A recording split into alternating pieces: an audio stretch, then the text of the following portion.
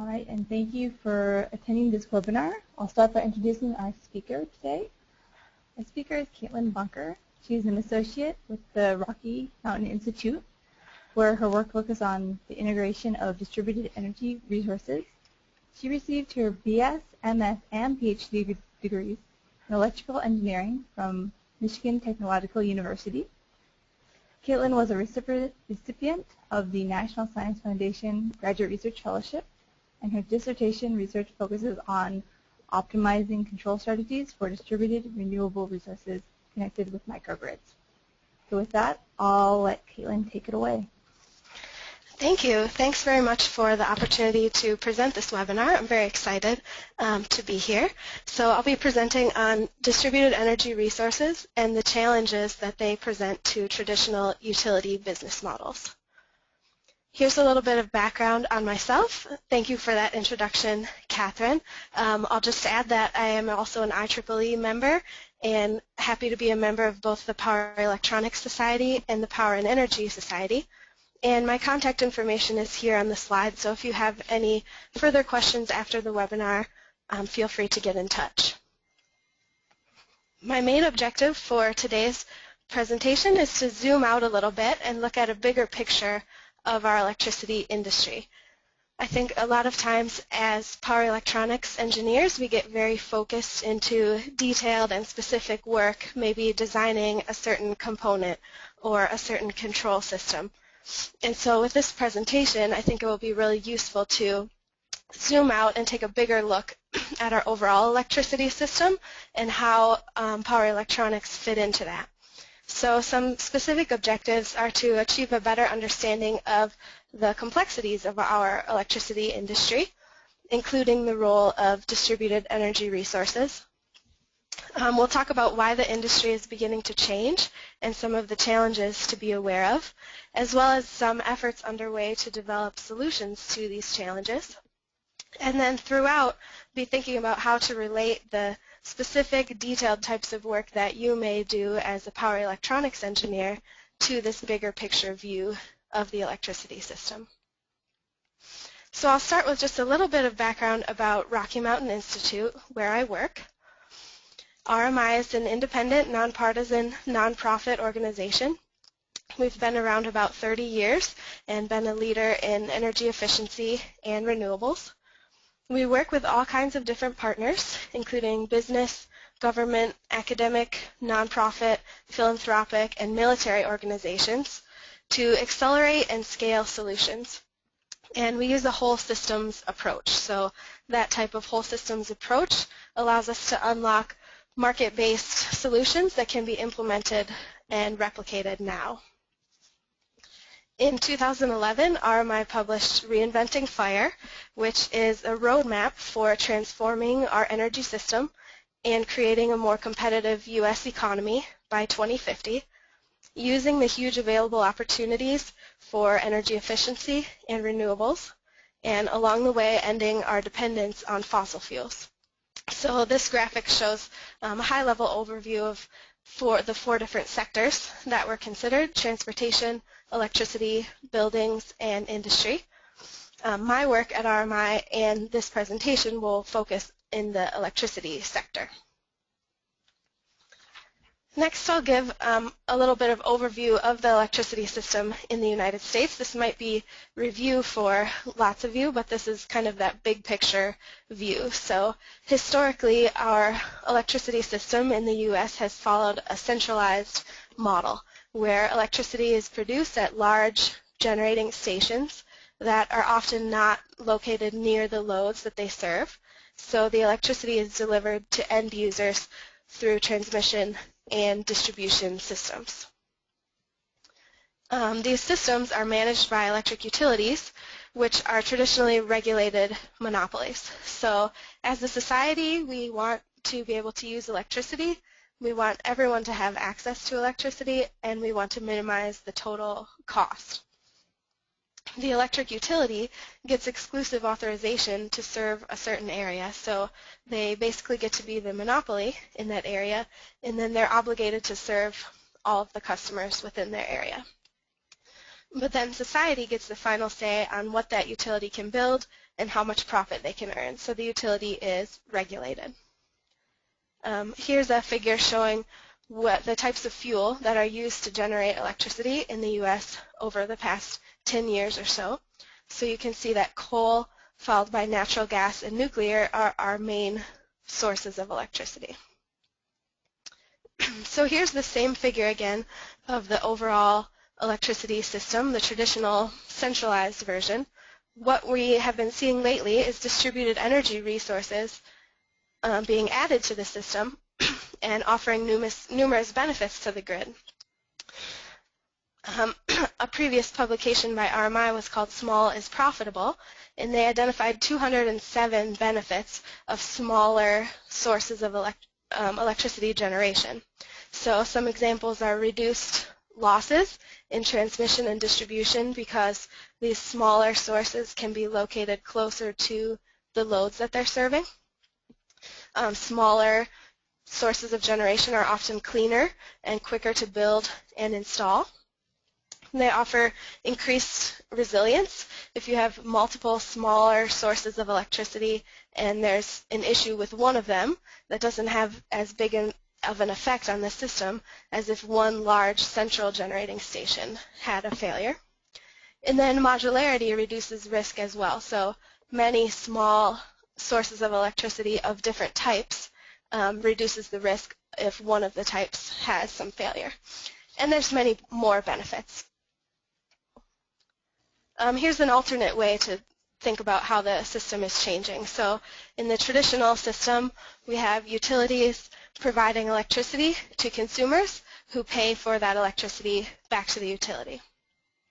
But what we're seeing now is third-party developers developing different distributed energy resources and adding some more complexity to the system. So those developers may provide some electricity to consumers. Consumers may add distributed energy resources at their homes and be sending some electricity back to the utility. So it's just becoming more complex as we're adding these distributed energy resources. So next we'll talk about upheaval in the electricity industry. And you may think that upheaval is maybe a bit over the top, a bit of a strong word to use. Here's a couple examples, though, from David Crane, the CEO of NRG Energy. He said that microgrids, small wind and solar, and net metering constitute a mortal threat to the existing utility system. And then in late 2013, in a survey of utility executives, 94% of them predict complete transformation or important changes to the electric utility business model.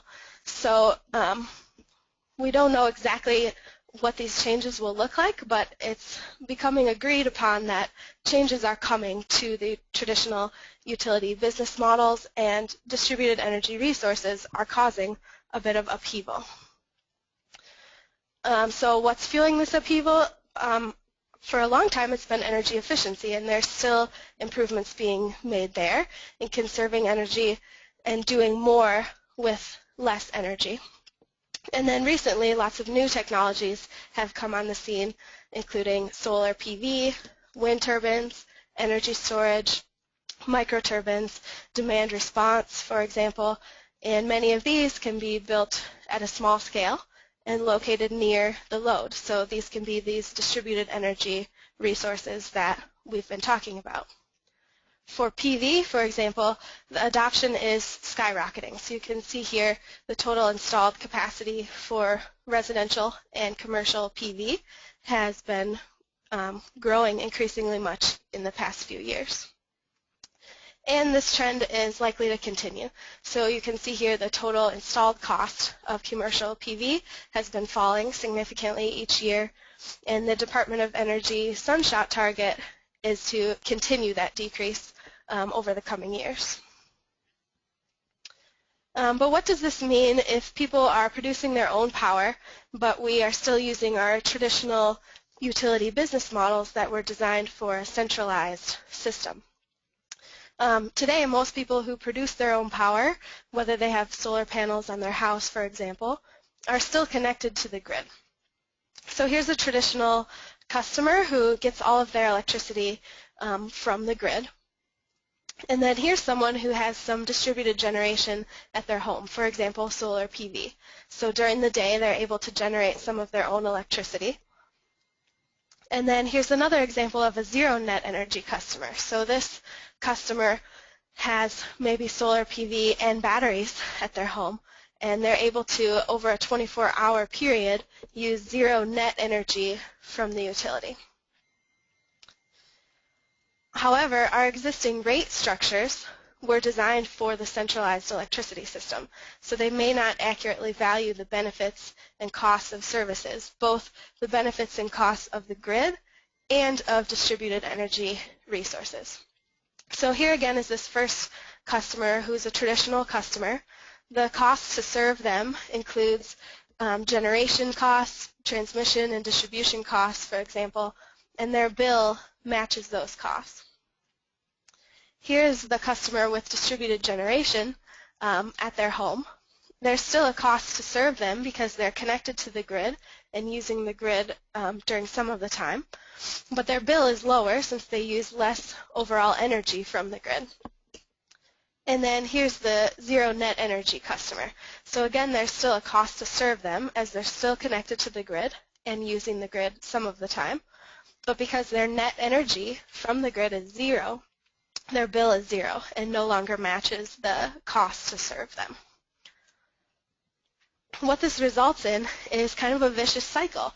So customers start by adding technology, distributed energy resources, or energy efficiency at their homes, and this lowers their electricity bill. That results in lost revenues for the utility, so they need to increase their rates.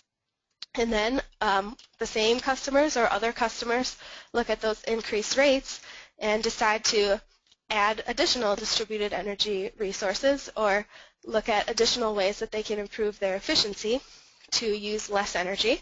And that means even fewer revenues for the utility, and this is an ongoing cycle. An alternative to this is to think about customers who might disconnect completely from the grid and no longer pay anything to the utility or rely on any services from the utility. So RMI did a report last year called The Economics of Grid Defection to investigate when distributed solar will reach grid parity, where it would cost the same for someone to install enough solar and batteries at their home and disconnect from the grid as it does to stay connected with the grid. And so for this report, they looked at 4 different cases. So the base case is using generally accepted cost forecasts for solar and batteries. Then there was an accelerated technology case where they assumed that solar and batteries will see more aggressive cost declines. The third case is demand-side improvements, so using investments in energy efficiency and user-controlled load flexibility to improve things on the demand side. And then a fourth case of combined improvement, where we'd see improvements in both technology and demand side. And then for each of these 4 cases, they analyzed 5 different locations across the U.S. using actual solar data, and ran the models and looked at when it would reach grid parity. So the cost of staying connected to the grid would be the same as the cost of completely disconnecting and supplying your own power with solar and storage. And you can see some of the results here. For Hawaii, in all 4 of the cases, grid parity is there. The cost is equal to stay connected or to disconnect from the grid.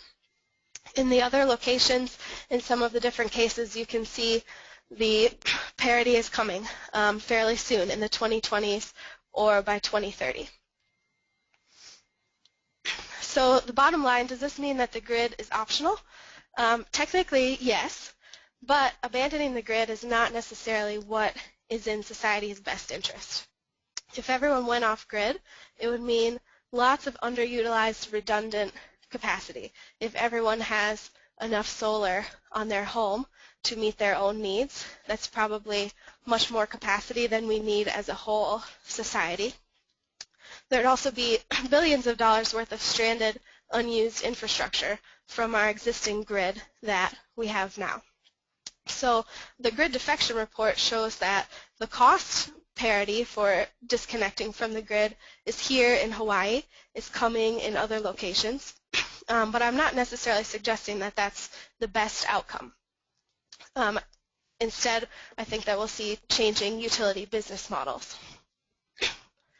So let's step back a second and think about power electronics and where they fit in.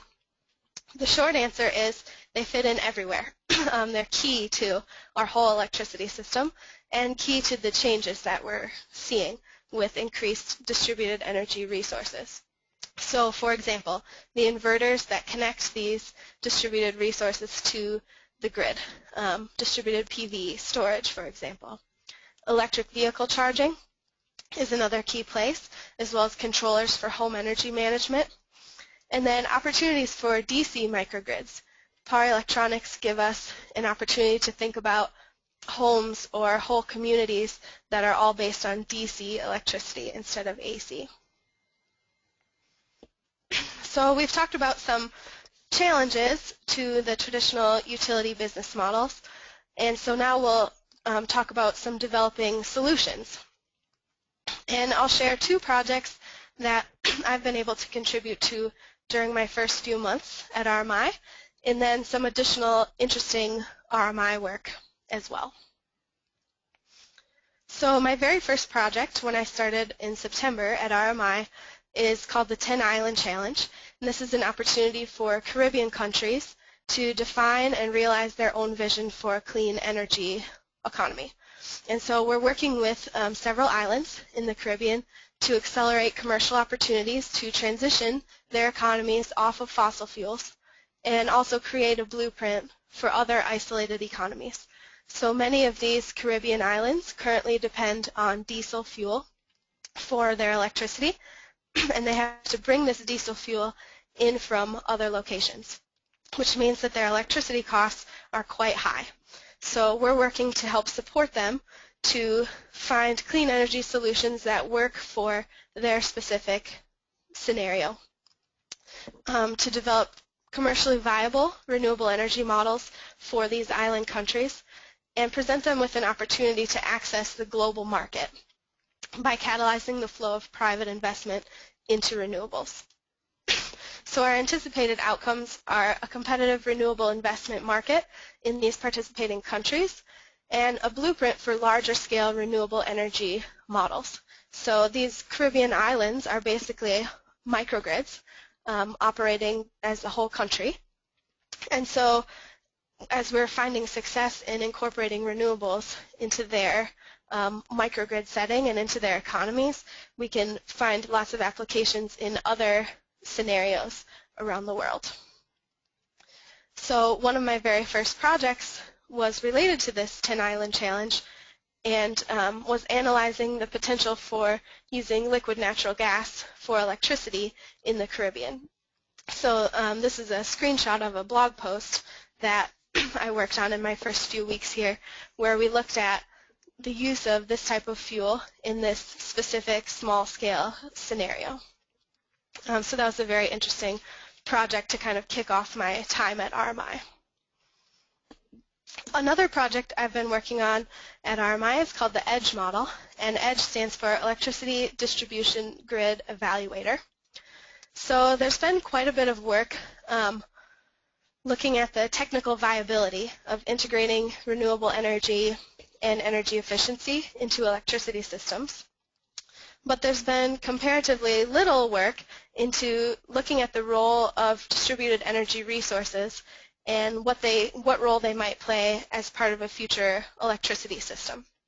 So RMI recognized a need to evaluate the net value of distributed energy resource integration on grid operations and planning, starting from the ground up, looking at distribution system operations.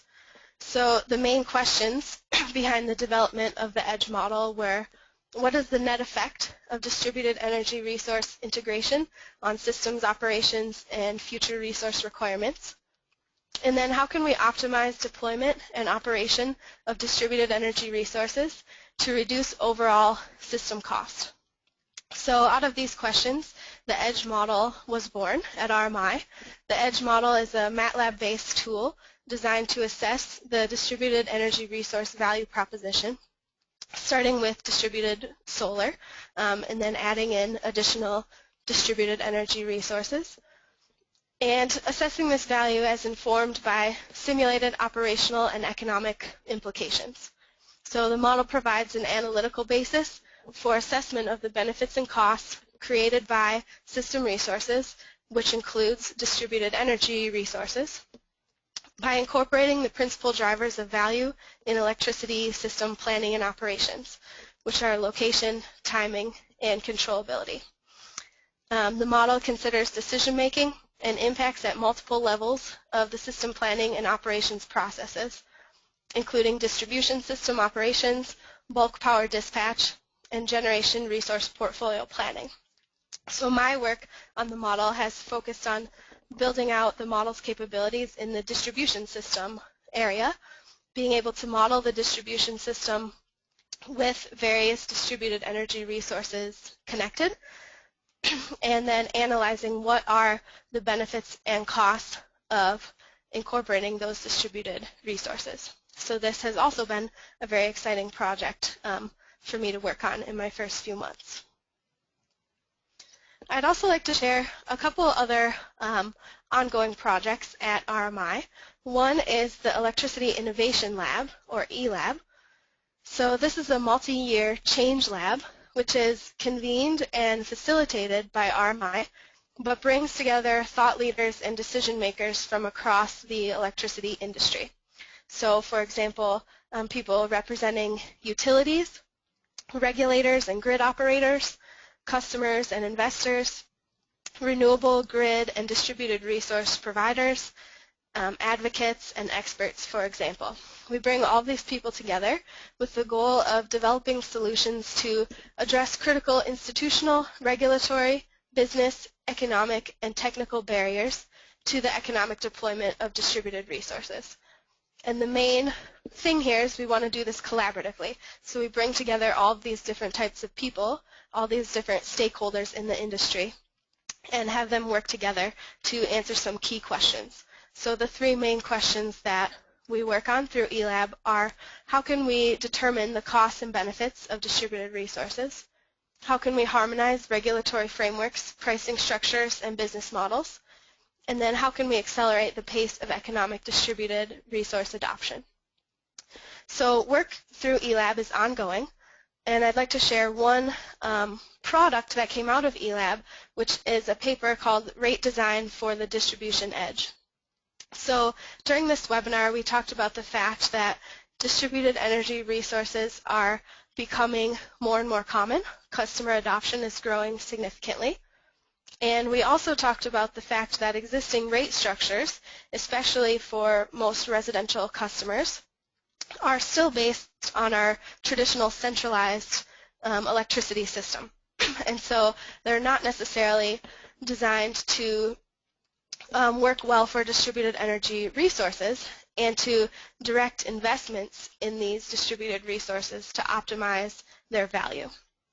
And so this paper looks into that gap and suggests some ways that we could change the way that we design electricity rates to better fit with distributed energy resources.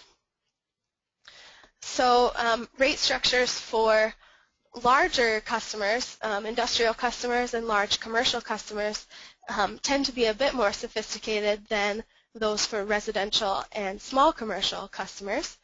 It might include some time-varying prices and unbundled attributes. So for example, in this figure, the large commercial and industrial customers see an energy charge, which also residential and small commercial customers see, so a charge based on how much energy is used in kilowatt hours. But the large customers also see a demand charge, so a charge based on their peak demand in kilowatts. And so their rates are a bit more sophisticated than the residential rates.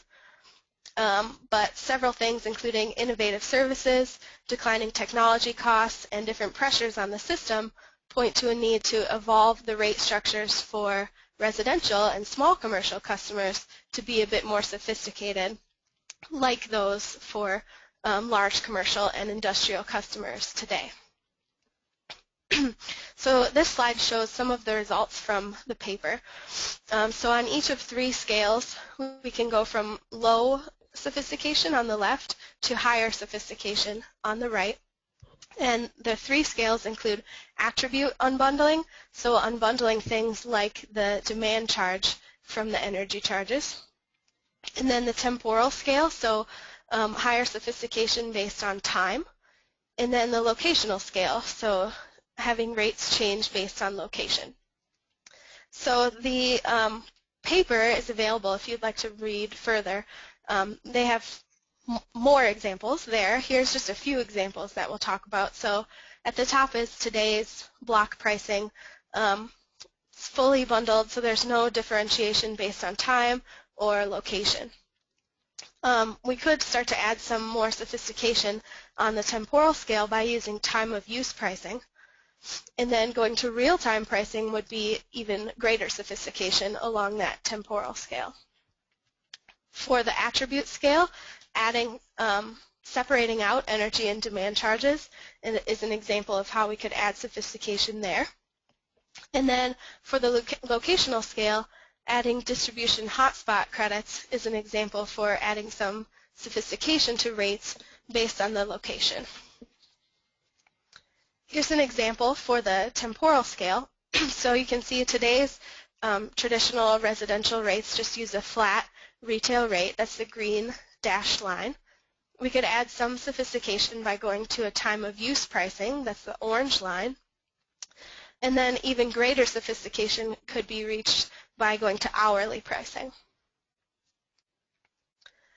When we're thinking about these new types of rates that are adding sophistication, it's important to think about how we would actually incorporate those. And it's not something that just would happen immediately, right? So we have our traditional rates down at the bottom. As we start to design some more sophisticated rates, there might be a period where customers could opt in to these new moderate sophistication rates, and then a period where they could opt out of the traditional rates before the moderately sophisticated rates became the norm. And then we might continue to design even higher sophistication into the rates and do a similar transition over time to allow customers to transition to these new rates. Another thing that's important to remember is we want to add sophistication to the rate design, but not add complexity to the customer experience. So down in the bottom left is where many mass market residential customers sit today. The rates aren't very sophisticated, and the customer experience is also very simple.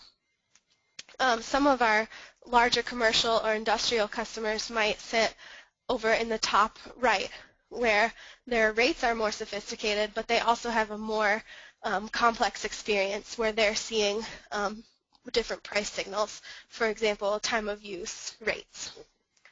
The ideal place would be over on the top left, the green box, where we have highly sophisticated rates, but the customer still has a simple experience. So that's the goal, to have a simple experience for customers, but sophisticated rates that allow service providers to optimize how much and where the distributed energy resources are installed.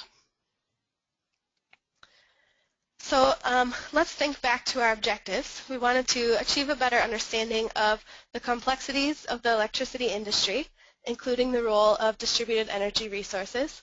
And I think what we saw is that the electricity system is quite complex, which makes evaluating different solutions very complicated. We wanted to talk about why the industry is beginning to change and some challenges to be aware of.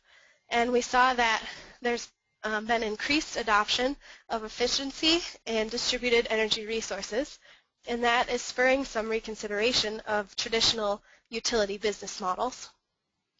We wanted to talk about efforts underway to develop solutions to these challenges, and I shared several projects from RMI, some that I've gotten to work on in my first few months, And there are certainly others that are working on a range of solutions, some that could be implemented right away, some in the near term, and some in the longer term.